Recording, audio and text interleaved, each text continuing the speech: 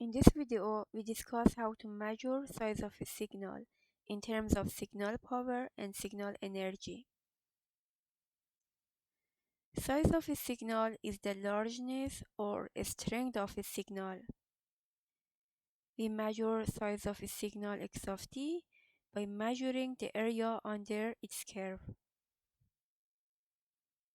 But there is a problem. The positive areas and the negative areas of a signal cancels each other, and it gives us an incorrect value. To correct this problem, we square the signal in order to make all the areas positive and then add them together. For the signals that have complex values, we square the magnitude of the signal. So size of a signal is equivalent to the area of the signal.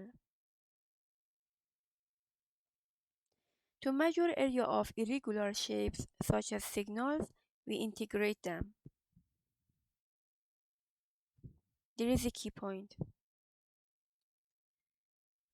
Size of a signal is measured with respect to the classification of that signal, because with respect to the classification of a signal, we use a certain formula to measure its size. A signal x of t can be classified either as an energy signal Ex or a power signal Px, and cannot be both energy and power at the same time. Some signals are neither energy nor a power signal. The condition for a signal to be classified as an energy signal is Ex should be finite. For this, the amplitude of the signal should approach zero as time approaches infinity in both directions.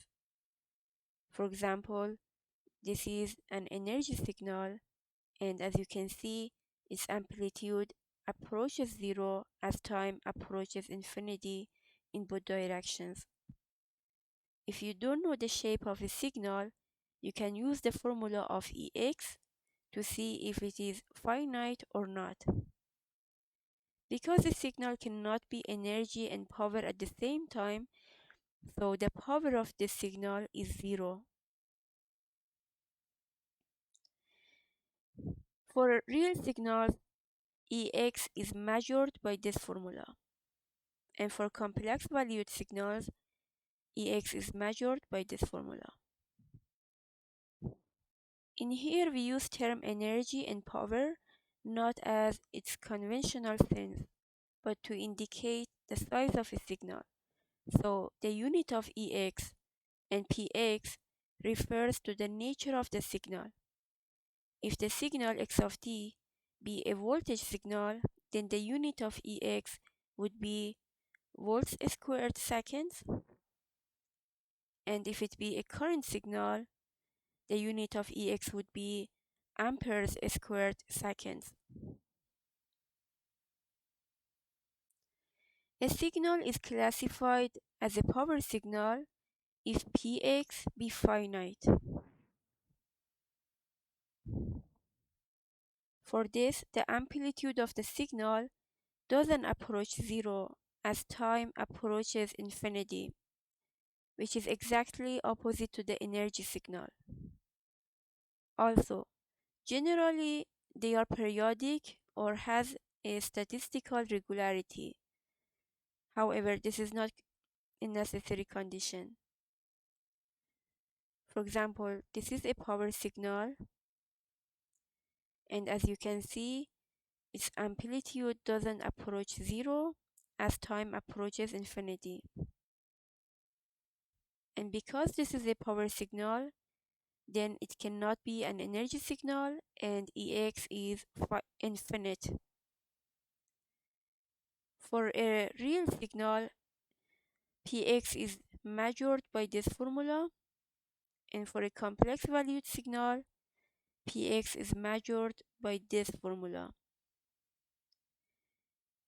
If the signal be a voltage signal, then the unit of Px would be volts squared, and if it be a current signal, the unit of px would be amperes squared. For the signals that are neither energy nor a power signal, they don't have the conditions for an energy signal and the conditions for a power signal. So Ex and Px for them are infinite. For example, this signal is neither energy nor power.